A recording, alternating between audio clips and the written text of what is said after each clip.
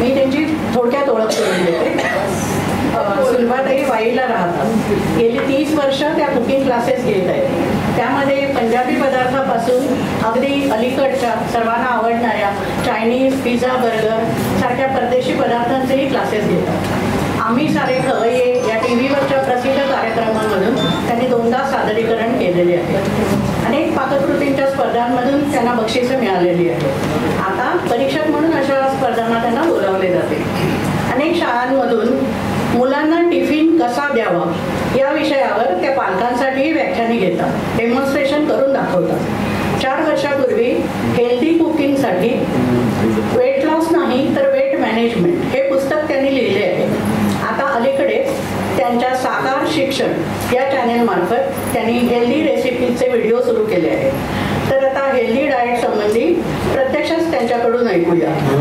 त्यांचे mister doctor Rajendra Prabhune हेही त्यांना जॉईन होणार आहेत आणि दोघे मिळून कार्यक्रम सादर करणार आहेत. मला इंडिरेक्टली सतत होत असते, कारण रोज तुमचा विषय निघाला नाही आणि तुमच्याबद्दल कोणाच्याबद्दल तरी काही त्यांनी मला सांगितलं नाही असा वेळ जात नाही. तुमच्या असं कधीच वेळ येत नाही. त्याच्यामुळे गेले जवळजवळ जेव्हापासून ती या ग्रुपचे सभासद आहे तेव्हापासून मी तुमच्या ग्रुपचाच एक असल्यासारखं मला आता वाटायला लागलेलं आहे.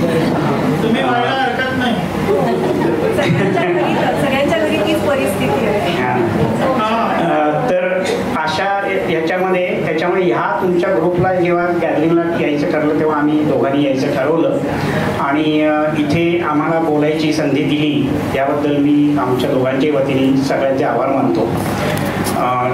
मला वेगळ्या विषयावर थोडंसं बोलायचं होतं आणि ही वेगळ्या विषयावर बोलणार आहे तुमच्याशी, परंतु आता वेळेच्या अभावी आम्ही दोघांनी तो एकत्र कार्यक्रम म्हणण्यापेक्षा काय जे काय सांगायचं आम्हाला तुमच्याशी जो काय संवाद साधायचा तो एकदम साधायचा असं ठरवलेलं आहे. पहिली 2 मिनटं ह्या विषयाशी संबंधित नाही आहेत. वाईला प्राज्ञपाठ शाळा म्हणून गेली अनेक वर्ष कार्यरत, जवळ 100-1 वर्ष कार्यरत असलेली एक संस्था आहे, तुम्हाला माहिती असेल. त्याची सध्या 2 मुख्य कामं चालू आहेत. एक म्हणजे धर्मकोशाचं काम आणि दुसरं म्हणजे नवभारत मासिक.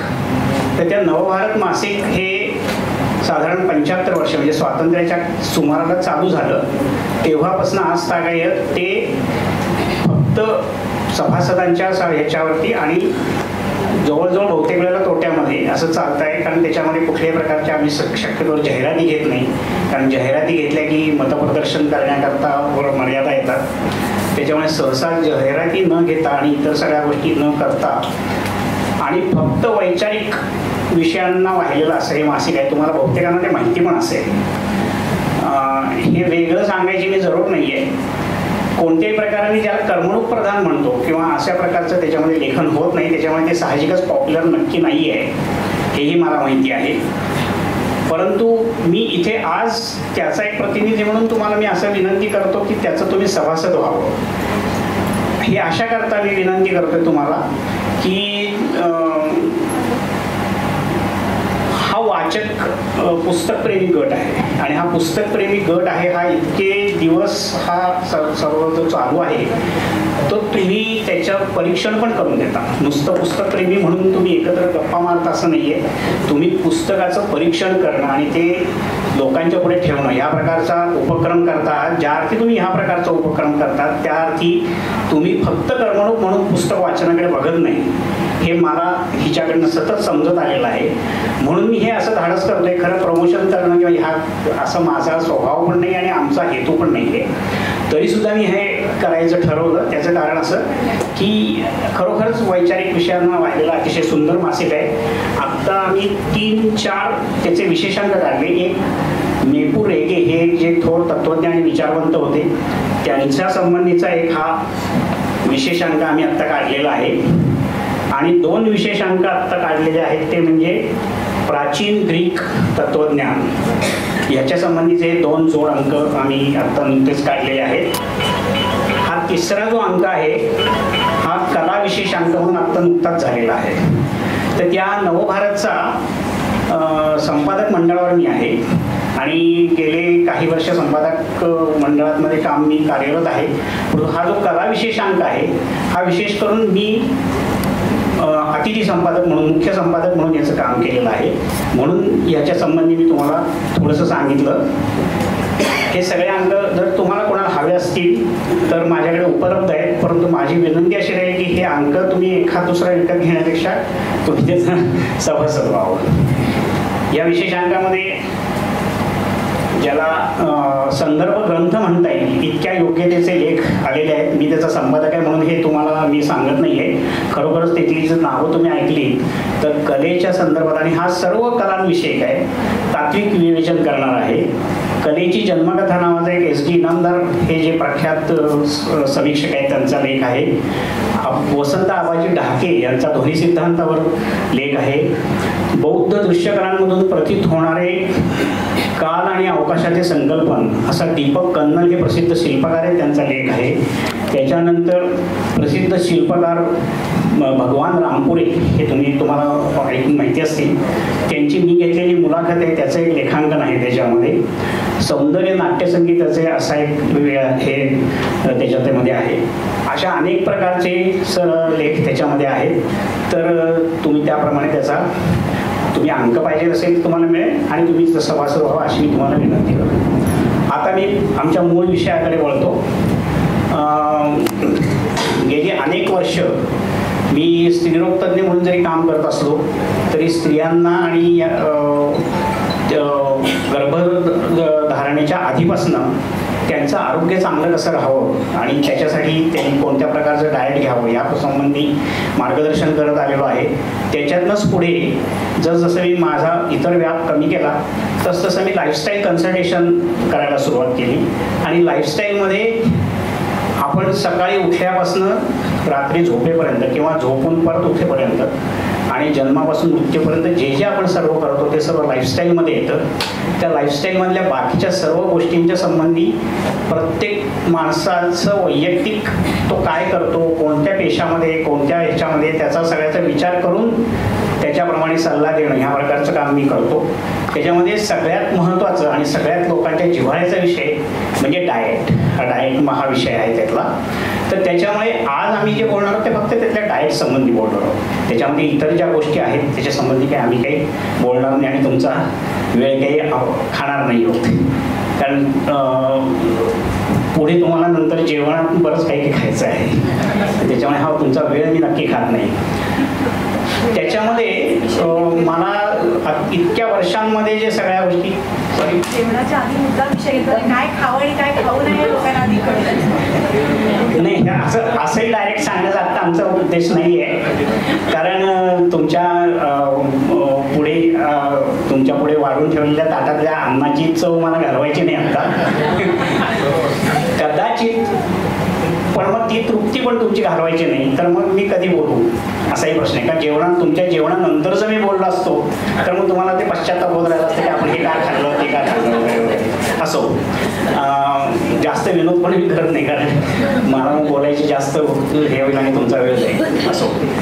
सगळ्यात मला भेडसावणारा प्रश्न जो होता तो असा की लोक जेव्हा डाएट संबंधी विचार करतात किंवा सल्ला देतात तेव्हा हे खा हे खा हे खा असं सांगतात. प्रोटीन्स इतके खा, अमुक इतके खा, अमुक इतके खा, मग कॅल्क्युलेट करून दिलं जातं. मग रोज 2 इडल्या आणि इतकं करा असं डायटिशियन सर्वसाधारणपणे सल्ला देतात. त्याच्यानंतर हे करा, हे करू नका, ते करा, कोशिंबिरी खूप खा, अमुक खूप खा, तमुक खूप खा, प्रोटीन्स प्रोटीन्स प्रोटीन्स अशा सगळ्या गोष्टी सांगत असतात. सहसा तुम्ही डॉक्टरांकडे गेला, मी डॉक्टर आहे स्वतः, परंतु सहसा तुम्ही डॉक्टरकडे गेलात, अगदी डायबेटॉलॉजिस्टकडे गेलात, अगदी फिजिशियनकडे गेलात तरी सर्वसाधारणपणे तुम्हाला जर असं वाटत असेल की तुम्ही जर असा प्रश्न विचारलात की मी आणखीन काय करू तर ते तुम्हाला औषधं लिहून देतात. आणखीन काय करू तर ते म्हणतात काही नाही, तुम्ही बाकी ते ही औषधं घ्या, औषधं रेग्युलर घ्या. नाही पण मग डाएट संबंधी आम्ही काय करू, नाही डाएट करा ना असं म्हणतात. म्हणजे ते निग्लिजंट असतं. अगदी स्पष्ट सांगतो मी इथे आणि हा माझा अनुभव आहे. कारण मी डाएट संबंधी जेव्हा माझ्या मित्रांच्या पुढे बोललो, डॉक्टर मित्रांच्या पुढे सर्व, की मी एक प्रेझेंटेशन केलेलं होतं की जे प्रेझेंटेशन मला कसं वाटतं आणि तुम्हाला ह्याच्यात काही सजेशन्स करायचे आहेत का म्हणून मी जेव्हा डॉक्टरांच्या पुढे ते प्रेझेंटेशन केलं तेव्हा ते म्हणले हे सगळं आम्ही नवीनच ऐकलं म्हणजे आम्ही तुम्हाला सूचना काय करणार. तर असो तर ह्या पद्धतीने जर समजा डॉक्टर जर त्याच्याकडे बघत नसतील, मग नंतर ते काय करतात, मग डायटिशियनला दाखवा म्हणतात. मग डायटिशियन मी सांगितलं तुम्हाला त्याप्रमाणे तुम्हाला सल्ला देतात. आणि तुमचा हा प्रश्न संबंध असेल की प्रोटीन, तुम्ही रोज प्रोटीन खाता का? तुम्ही भात खाता, तुम्ही पोळी खाता, तुम्ही भाजी खाता, तुम्ही उसळ खाता, नॉनव्हेज असेल तर अंडी खाता, मटण खाता. तुम्ही प्रोटीन खात नाही, तुम्ही कार्बोहायड्रेट खात नाही, तुम्ही व्हिटॅमिन खात नाही, तुम्ही व्हिटॅमिनच्या गोळ्या घेता की ज्या घेऊन काही उपयोग नाही, हे सिद्ध झालेलं आहे. अँटीऑक्सिडंट्स म्हणून हल्ली एक गोष्ट असते, ती गोळ्यातनं घेऊन त्याचा उपयोग होत नाही, हे पण सिद्ध झालेलं आहे. हे कोणी सांगत नाही तुम्हाला. अँटीऑक्सिडंट्स नॅचरल स्वरूपात जर केली तरच त्याचा उपयोग असतो. एनिवे, तर ह्या सगळ्या गोष्टीचा विचार करताना माझ्या डोक्यात असं आलं की ज्याला आपण भाषांतर म्हणतो, आता ह्या इथे भाषांतर तज्ज्ञ बसलेले आहेत, त्यांनी PhD पण केलेली त्याच्यामध्ये, त्यांना हे सगळं मी कदाचित सांगते हे भाषांतर म्हणजे हा काय, हे कदाचित त्या जास्त चांगलं समजावून सांगू शकतील की एक गोष्ट डॉक्टर म्हणतो तुम्ही डाएट करा, कोणतं डाएट त्याचं भाषांतर एका लेवलपर्यंत डायटिशियन करून देतात, त्याच्या पुढच्या लेवलपर्यंत आणखी कोणी त्यांचे सल्लागार किंवा काही पुस्तक असतील ते करून देतात. परंतु खरं त्याचं जे ट्रान्सलेशन आहे, खरं त्याचं जे भाषांतर आहे की तुम्ही हा पदार्थ खाल्ला तर तुम्हाला हे हे हे फायदे मिळतील, किंवा तुम्ही हा पदार्थ खा, तुम्ही बाकी विचारच करू नका, तुम्ही बाकी विचार करण्याची जरूर नाही. आणि हे सगळं खूप आपल्या पूर्वजांपासून सगळं चालत आलेलं आहे. आपल्या पारंपरिक आहारात हे सगळं होतं, ते सगळं आपण आता हळूहळू नाविन्याच्या उपलब्धतेच्या आणि इतर सगळ्या ह्यांनी घालून टाकलेलं आहे. हे तुम्ही काय खायचं आणि कसं खायचं ह्याच्या संबंधी शेवटच्या ह्याच्यामध्ये सांगायचं म्हणून हिने ते पुस्तक लिहिलं की ज्याच्यामध्ये रेसिपीज आहेत. तुम्ही हा पदार्थ खा, मग तुम्ही ही व्हिटॅमिन गेली का, हे प्रोटीन गेलं का, याचा विचार करू नका, करण्याची जरूर नाही आहे. ह्या ऋतूमध्ये हे खायचं, ह्या सणाला ते खायचं, असं आपल्या पूर्वजांपासून आणि आपल्या आईवडिलांपासून सगळ्यांपासून आपल्याला सांगत आलेले आहेत. त्याचा अर्थ नीट समजून घ्या. ते आशा करताय की तुमचं डाएट सहजच चांगलं असावं. त्यांनी त्यावेळेपासून ज्या पद्धतीने ते लाईफस्टाईल केली, ती सगळी लाईफस्टाईल आपण बदलून टाकली आहे, मोडून टाकली आहे. ते हे सगळं तुम्ही करण्याच्या ऐवजी तुम्ही हे करा, जास्त विचार करू नका, असं सोपं सांगण्याकरता म्हणून आम्ही प्रत्यक्ष रेसिपीज हा विचार केला. आता त्याच्या संबंधी ती पुढे सांगेल. धन्यवाद. म्हणजे डॉक्टरांना दिले, कारण डॉक्टरांचा डाएट हा अत्यंत आवडीचा विषय आहे. म्हणजे अजून तुम्ही तुमचा जो पेशन्स असेल तर अख्खी रात्र पण ते त्याच्यावर बोलू शकते. त्या मानाने त्यांनी खूप लवकर आटपलं. तर सर्वांना नमस्कार. मी अजिबात हे खाऊ नका सांगणार नाही, मला तो स्वभावही नाही. बेसिकली मी काय किंवा आम्ही काय करतो एवढंच मी सांगेन. त्याच्यातनं जर तुम्हाला काही टिप्स मिळाल्या तर मला खूप आनंद होईल. तर पहिली गोष्ट संतुलित आहार, ह्याच्याबद्दल कोणाचंच दुमत नाही आहे. सगळ्यांना हे पहिलीपासून माहिती आहे की संतुलित आहार खायला पाहिजे. म्हणजे काय खायला पाहिजे हे नसतं माहिती, पण खायला पाहिजे हे नक्की. आता पूर्वीच्या काळी हे खूप सोपं होतं, विचार नव्हता करायला लागत. एकदा ताट जर व्यवस्थित वाढलं तर एक उसळ होती किंवा एक डाळ होती, एक पालेभाजी होती, एक फळभाजी होती, भात होता, कोशिंबीर होती, लिंबू होतं. हे जर सगळं मी रोज सकाळ संध्याकाळ व्यवस्थित खात असेल तर विचार करायलाच लागत नव्हता. आता आपल्याला ते अजिबातच शक्य नाही, म्हणजे खरोखरच शक्य नाही.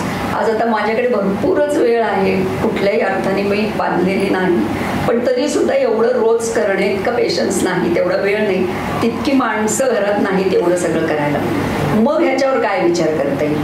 कारण शेवटी तो प्रश्न लोकांना सांगण्याच्या आधी तो माझा पण होता, आमच्या दोघांचाही होता की रोज तेच करायचं आहे आपल्याला, तर काय करता येईल? मग असं वाटलं की दिवसाच्या शेवटी आपण एकदा विचार करूया की आज अख्खं हे खाल्लं झालं का सगळं संतुलित? मग त्याच्यातही जमत नाहीये. मग आठवड्याच्या शेवटी विचार केला की आठवड्याच्या शेवटी जमतंय का? जे काय आपल्याला सगळं हवं होतं तेवढं गेलं का? मग तिथे कुठेतरी तो जुळायला लागला. त्यापेक्षा मला आणखीन एक सोपा उपाय असा आठवला की 4 गोष्टी तर मी करणार नाहीये. खरं म्हणजे अत्यंत मला कुकिंगची आवड आहे, खूप नवीन प्रयोग करायला आवडतात. हे एकीकडे. पण एकीकडे मला खूप वेळ घालवायला स्वयंपाकघरात अजिबात आवडत नाही. म्हणजे हा काहीतरी विचित्र विरोधाभास आहे माझ्या स्वभावातला. मला तो अगदी 15-20 मिनिटं अर्धा तास खूप झाला त्याच्यात फटकन करायचा असतो. हे असं दोन गोष्टीचं विचित्र काहीतरी कॉम्बिनेशन आहे. मग काय करता येईल? मग मी असा विचार केला की जो मी पदार्थ करते, मग तो ब्रेकफास्टचा असू दे, मी जेवणाचा असू दे, दुपारच्या खाण्याचा असू दे, रात्रीचा असू दे, तो प्रत्येक पदार्थ हे जे मुख्य 4 घटक आहेत ज्याचे मी आता काही सगळं सांगत बसणार नाही, सगळ्यांना आपल्याला माहिती आहे. प्रोटीन, कार्ब्स, सगळे व्हिटॅमिन्स, मिनरल्स आणि फॅट, हे जे मुख्य 4 किंवा 5 गोष्टी आहेत त्या प्रत्येक पदार्थात कशा जातील. म्हणजे सोपं उदाहरण की रोजचे मी पोहे केले जे सगळ्यांच्या आपल्या घरात ब्रेकफास्टला होतात, पण कांदा बटाटा केवळ न घालता त्याच्यात अजून भाज्या काय घालता येतील. मग मटार आहे, कोबी आहे, फ्लॉवर आहे वगैरे. शिवाय तळलेले म्हणजे दाणे तळून घालतोच, हरभऱ्याची डाळ घालता येईल का, इतर काही घालता येईल का की ज्याच्यातनं प्रोटीन वाढेल. असा कुठेतरी सारखा तोच विचार केला की ज्याच्यातनं एकच डिश असेल पण ती परिपूर्ण होईल. मग ते जास्त सोपं वाटलं. कडधान्य जी होती की मिक्स कडधान्य आणली, प्रत्येक रोज वेगळं वेगळं टाकण्यापेक्षा मी म्हटलं ना की जितके शॉर्टकट शोधता येतील तेवढे मला सोपे वाटले. त्यामुळे मिक्स कडधान्य मिळतात. हल्ली तीच एकदा आणली, रविवारी भिजत टाकली, सोमवारी मोड आले, 7 पिशव्या केल्या, फ्रीजमध्ये टाकल्या. रोज 1 पिशवी काढायची आणि आज ही एवढी पिशवी संपवायची. ती कशी संपवायची ते माझं कौशल्य. मग कधी त्याचं धिरडी झाली, कधी त्याची उसळ झाली, कधी सॅलडमध्ये गेलं, आणखीन काही काही त्याच्यातनं करता आलं, पण एवढी संपवायची. ह्या प्रकारांनी काहीतरी विचार करत गेल्यावर खूप सोपं झालं. रोज वेगळी पिठाची, कधी ज्वारीची भाकरी करीन, कधी बाजरीची करीन, ह्याच्यापेक्षा मिक्स 2 किंवा 3 पिठं एकत्र मिक्स करून काय करता येईल असा विचार करत गेले. सोयाबीन हे खूप उत्तम प्रोटीन देणारं आहे, पण समोर फारसं आम्हाला दोघांनी फारसं आवडत नाही. सोया चंक्स किंवा काय ज्यांना आवडतात त्यांचा प्रश्न नाही. मग काय करता येईल? मग त्याचं परत पीठ केलं, कणकेमध्ये रोज 2-3 चमचे सोयाबीन टाकलं, वेगळं काही करायची गरज नाही, आपोआप पोटात दिलं. असे अनेक उद्योग, अनेक ट्रिक्स त्याच्यातनं शोधत गेले. सगळ्या एवढं मी इथे सांगत बसणार नाही. आणखीन एक सोपा उपाय केला, सोपा किंवा अवघड असेल त्याचा सारखा जो विचार केला, जे काय पदार्थ केले ते कधीतरी कॉम्प्युटरवर लिहून काढले. मग 7 वर्षापूर्वी त्याचं पुस्तक झालं, वेट लॉस, वेट मॅनेजमेंट. कारण ह्या सगळ्या प्रवासात फार चांगलं माझ्या लक्षात आलं जेव्हा मला अनेक लोकांनी प्रश्न विचारले, तुझं वजन का नाही वाढत? कारण गेली म्हणजे आम्ही आता 35 वर्ष वाईट आहोत, 35 वर्ष लोक ओळखत आहेत. त्यांना सगळ्यांना माहिती आहे की आमच्या दोघांच्या वजनात कधीच फरक पडला नाही, कधी जाड नाही, कधी बारीक नाही, एकच वजन कसं राहील. म्हणून मी तर काय वेगळे फार मोठे प्रयत्न नाही केले. उलटा विचार केल्यावर गेलं की नाही केले, नाही प्रयत्न केलेत मी. मग ते काय केले तर ह्या प्रकाराने केले. अर्थात त्याच्या जोडीला इतर पण गोष्टी आहेत, त्या सगळ्याबद्दल आता नाही बोलणार. मग त्यामुळे त्याच्या ज्या रेसिपीज होत्या त्याचं पुस्तक लिहिलं. पुस्तक लिहिण्यामध्ये एक तोटा असा होतो की ते केवळ मराठी असतं, सगळ्यांच्यापर्यंत पोहोचत नाही, सगळ्यांना मराठी कळणार नाही. जे आता आज माझी मुलं अमेरिकेत आहेत त्यांचे मित्र मैत्रिणींना खूप वाटतं पण मराठी वाचायला येत नाही. मग काय करता येईल? आणि एकूणच पुस्तक वाचण्याचा सगळ्यांनाच कंटाळा आहे. म्हणजे ह्या ग्रुपमध्ये सांगायला लागते, हे दुर्दैव आहे पण आहे. मग काय करते? मग आत्ताची न्यू जनरेशन काय करते तर ते व्हिडिओज करते, व्हिडिओज बघते. व्हिडिओ हा त्यांच्यासाठी खूप सोपा उपाय आहे. म्हणून मग परत एकदा आम्ही दोघांनी बसून विचार केला आणि आता त्याचे व्हिडिओज बनवायला लागलोय. तुमच्यापैकी काही जणांना माहिती आहे, बेसिकली आमच्या दोघींचाही स्वभाव आहे, आम्ही दोघे ह्या बाबतीत फार बिडस्त आहोत. आज तरी कधीच आम्ही कोणाला काही सांगितलं नाही की आम्ही हे करतो ते करतो ते करतो. पण ह्या वेळेला मात्र असं नक्की वाटते की ह्याच्यातनं काही देणं घेणं ना पैशाचं ना काही, पण जे आपल्याला कळले ते जास्तीत जास्त लोकांपर्यंत पोहोचावं. मग पोचायचं असेल तर ह्या पद्धतीने का होईना पब्लिसिटी करण्याशिवाय पर्याय नाही, जो आमच्या अजिबात स्वभावात नाही. पण ह्या प्रकारचे व्हिडिओज जे बनवले आहेत मी अजूनही आपल्या ग्रुपवर कधीच ते टाकलं नाही. जे थोडेसे म्हणजे पर्सनल ओळखीचे आहेत त्यांना मी पाठवते, पण ते ग्रुपवर मला आवडत नाही टाकायला, कारण तो पुस्तकप्रेमी ग्रुप आहे, त्याच्यामध्ये जाहिरात करणं या प्रकारची पटत नाही मला फारसं. पण आता या निमित्ताने बऱ्याच ओळखी झाल्या आहेत, त्यामुळे आता तुम्हाला पर्सनल ह्याच्यावर मी पाठवू शकेन नक्कीच. थोडं ना आमच्या दोघांच्या स्पीडनी पदार्थ करणं फार सोपं आहे, पण त्याचं शूटिंग घेऊन त्याचं एडिटिंग हा जो पुढचा खूप मोठा कटकटीचा विषय. त्याच्यामुळे ते इतकं झपाट्याने तरुण मुलं जितके दर आठवड्याला टाकतात एवढं आमचं स्पीड होत नाही. होईल आता हळूहळू जसं सुरुवात होईल. पण आत्ता एक 7-8 व्हिडिओज झालेत आणि खूप चांगला प्रतिसाद मिळतो आहे. त्यामुळे असं वाटलं की ते जास्तीत जास्त लोकांपर्यंत पोहोचवावं. कदाचित तुमच्यापैकी जी यंग मुलं आहेत त्यांना उपयोग होईल, या तुमच्या घरी जे तरुण मुलं आहेत लवकर या काही गोष्टी कळल्या तर काहीच गोष्टी सोप्या होतील. तर ही एवढी आम्हाला संधी दिली बोलायची याबद्दल अत्यंत आभारी आहे मी. शेवटचं फक्त मी आमची जी व्हिडिओची टॅगलाईन आहे त्या वाक्यानेच मी शेवट करेन. घरचंच खा, हवं तेवढंच खा, टेस्टी खा पण हेल्दी खा. नावानी आहे हॅलो SAKAR. त्याची लिंक वाटलं तर जर किंवा कुठे जर पाठवता येणार असेल एकदा ग्रुपमध्ये पाठवू. ह्या प्रकारची लिंक पाठवणं हा आपल्या ग्रुपचा उद्देश नाहीये. त्याच्यामुळे ते आम्हाला खरं म्हणजे अजिबात आवडत नाहीये. पण तरी सुद्धा हे संमेलन हा म्हणजे ह्या ह्याच्यात आता तू त्याची लिंक टाकलीस म्हणजे ते जमेल. यूट्यूब चॅनलवर टाकण्याचे 2 फायदे. ते एक तर पुस्तकाच्या संबंधित त्यांनी सांगितलं की पुस्तक वाचणं हल्लीच्या पिढीला, त्याच्यापेक्षा हल्ली ऑडिओ बुक्स पण असतात किंवा लोक विरंगुळ्याच्या वेळेला यूट्यूब चॅनल्स बघत असतात. ते सगळे सर्वदूर बघतात. त्याच्यावरती ट्रान्सलेशनची सोय असते. आम्ही शक्यतो त्याच्या खाली टॅगला ह्याच्या काय म्हणतात सबटायटल्स टाकतो त्याच्यामध्ये. अशा प्रकारे आम्ही करतच असतो. आम्ही जेव्हा हे ठरवलं की ह्या प्रकारे जवळजवळ 4-5 वर्ष आमच्या डोक्यात हा विचार बोलतोय आणि मग त्याच्यानंतर आम्ही यूट्यूबवर ह्या प्रकारच्या व्हिडिओज बघत गेलो आम्ही.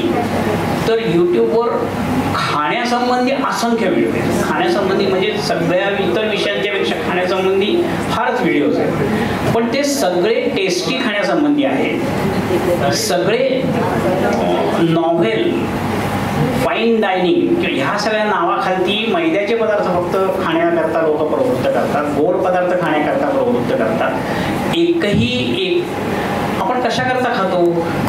खरं म्हणजे आपण हेल्थ करता खातो. ते टेस्टी असणं हा त्याचा दुसरा भाग आहे. टेस्टी असण्याकरता ते आपण खात नाही. पण यूट्यूबवरच्या चॅनलवरचे सर्व व्हिडिओजमध्ये जर तुम्ही बघितलं तर ते फक्त टेस्टी हेल्दी खाण्यासंबंधी कोणताही व्हिडिओ आम्हाला आढळला नाही आतापर्यंत.